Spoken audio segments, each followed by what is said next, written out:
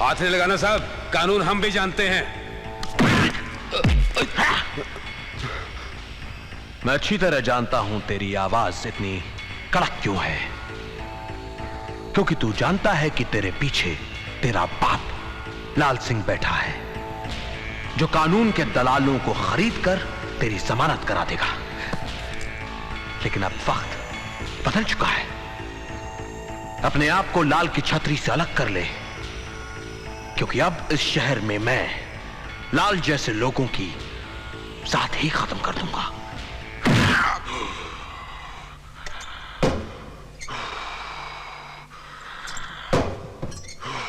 क्या बात है जुगानी साहब, एक्सरसाइज लाल भैया कर रहे हैं और पसीने आपको छूट रहे हैं?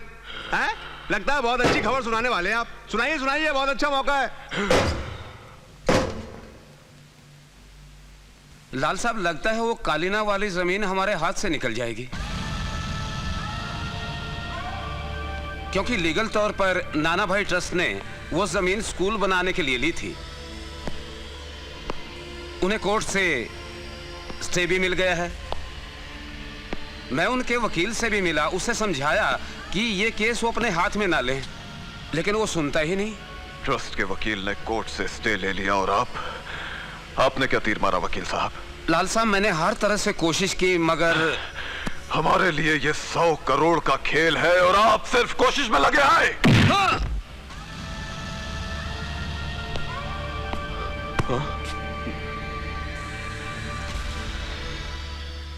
केस क्या है? क्या किया तुम लोगों ने?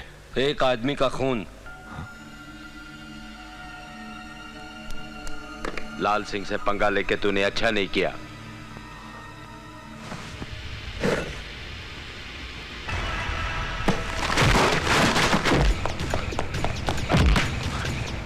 कोई है? कोई है? बचाओ! कोई है? कोई है? बचाओ! कोई है? बचाओ!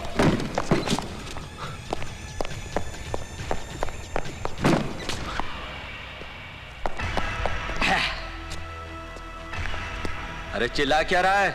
वो भी इसके सामने। इसकी आंखों की पट्टी खोल देना तो सबसे पहले यही भागे यहां से।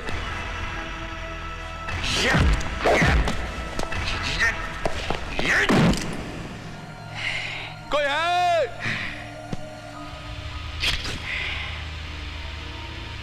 अरे जब 9 से 5 यहां कोई नहीं सुनता तो 5 के बाद कौन सुनेगा? ये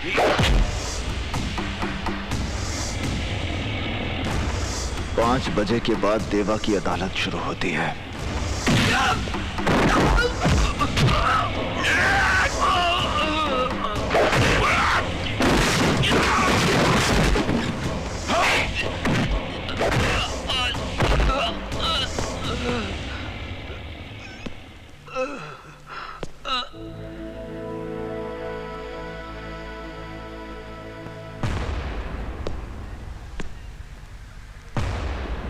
जानवर को मारने के लिए जानवर बनना पड़ता है बाबूजी।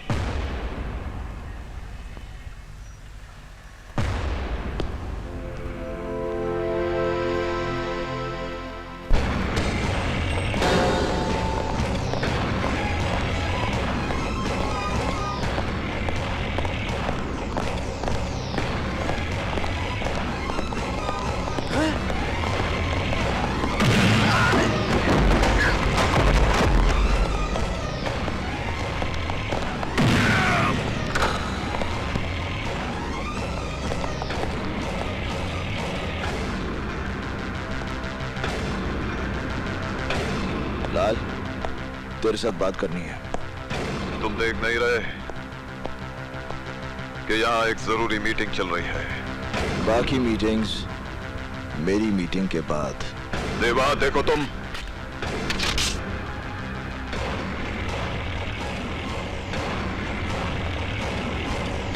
मैं तुझे मारने नहीं आया लाल।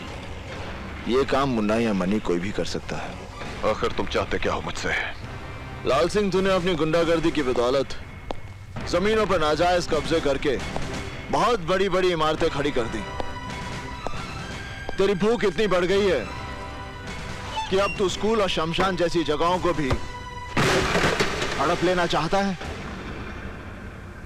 ये कलीना वाले प्लॉट के पेपर्स हैं लाल सिंह। आज के बाद इस जमीन पर तेरी कोई दखल अंदाजी नहीं होगी। इन पेपर्स पर साइन कर, तेरी जिंदगी के 5 साल मैं बख्श देता हूं।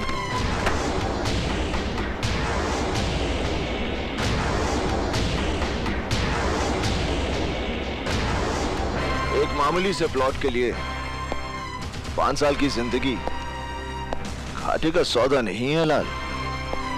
ले साइन कर।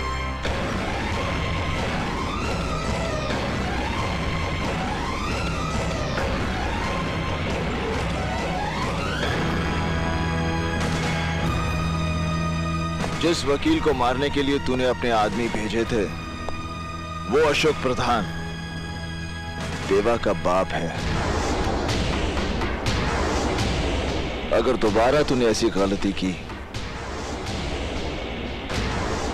तो तेरा वो हश्र करूंगा कि तुझे अपने हाथों से अपनी जिंदगी फिसलती हुई नजर आएगी। तेरे माथे का पसीना और दिल की धड़कन ये बता रही है कि तुझे अपनी जिंदगी से बहुत प्यार है।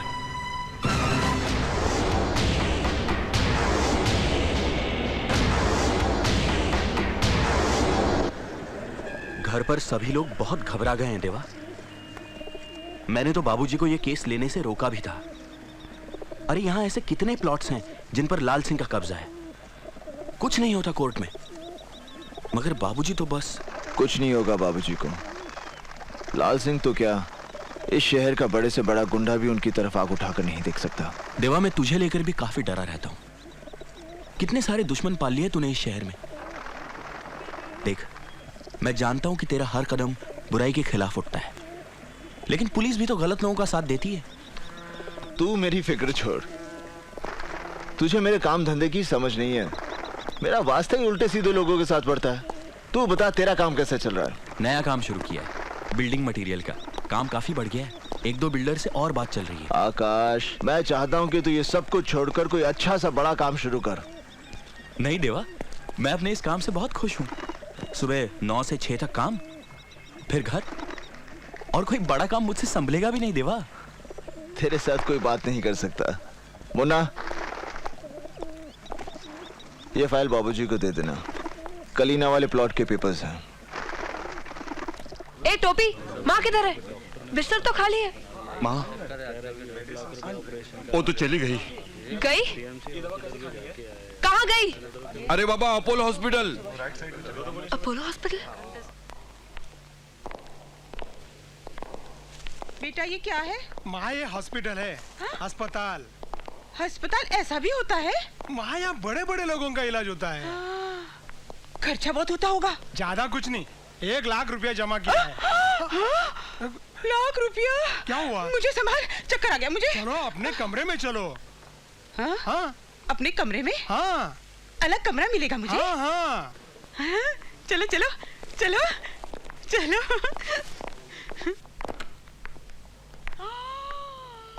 इतना बड़ा कमरा है भगवान।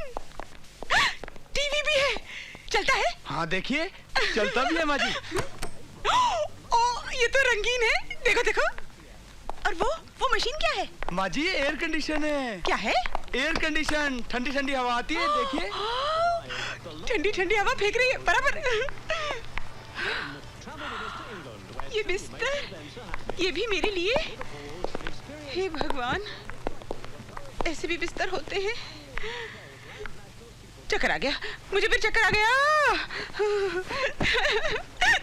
अच्छा माँ जी, चलते हैं।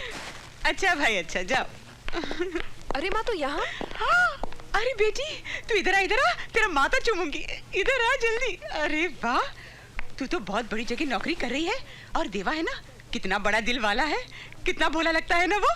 बेटी तूने देखा, वो देख, रंगीन टीवी, और मेरे ठंडी हवा फेंकने वाली मशीन देख, और ये बिस्तर कितना अच्छा है ना। लगता है देवा तेरे काम से बहुत ही खुश है, तभी तो उसने मेरे लिए। माँ, अब तू यहाँ ठीक हो जाएगी। तेरा यहाँ अच्छा इलाज हो जाएगा। अरे अब तो मुझे बिल्कुल परवाह नहीं है। ऐसी अच्छी जगह से ठीक होकर कौन जाना चाहेगा। अब तो मैं आज जम ही जाऊंगी। डॉक्टर से साफ कह दूंगी, कोई ऐसी दवाई दे दे कि बीमारी बस टिकी रहे। तो तू मेरे बॉस की कमाई पे ऐश करना चाह रही है। बोल दूंगी उसे।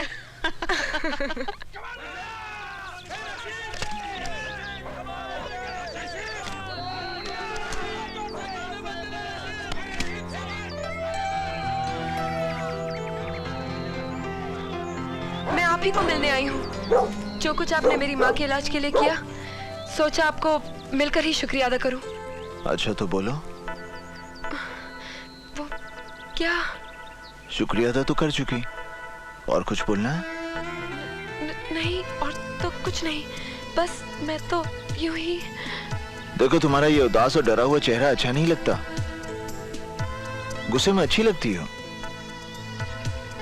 तुम्हारी माँ भी कह रही थी कि तुम्हें बहुत गुस्सा आता है, वो भी तुमसे बहुत डरती है। वो भी मतलब? कोई और भी मुझसे डरता है?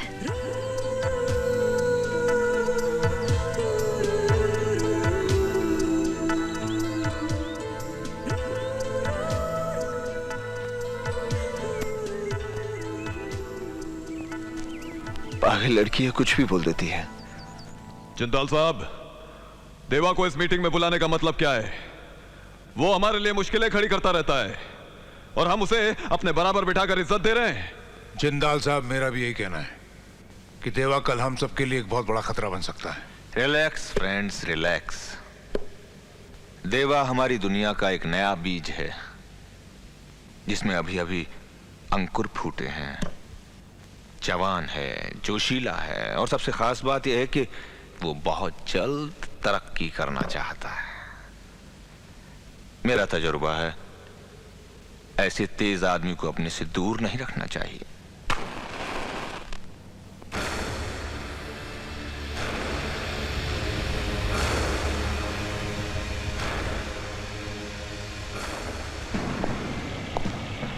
देरी से आने के लिए माफी चाहता हूं।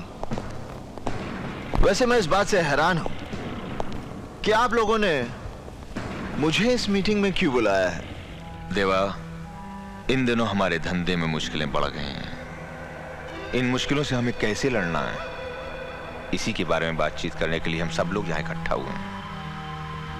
आखिरी हमारी जमात की बात है, और तुम हमारी जमात से बाहर तो नहीं? जमात एक होने से सोच एक नहीं हो सकती जिंदाल साहब। सोच का क्या है, वक्त के साथ बदल जाया करती है। तुमने अपनी जगह बनाने के लिए जो रफ्तार पकड़ी है, उसका तो मैं कायल हूं। ये तो आपका भड़प्पन है जिंदाल साहब। वैसे आप लोगों की जानकारी के लिए बता दूं कि अभी अभी तो मैं अपने पैरों पर खड़ा हुआ हूं। ठीक से चलना शुरू भी नहीं किया मैंने। रफ्तार पकड़नी तो अभी बाकी है।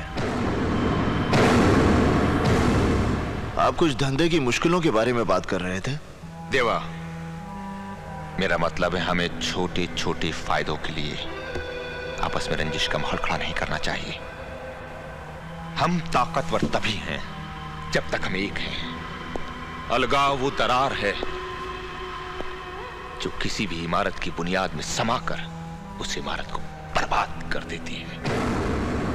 हमें अपनी इमारत में इस दरार के लिए कोई जगह नहीं छोड़नी।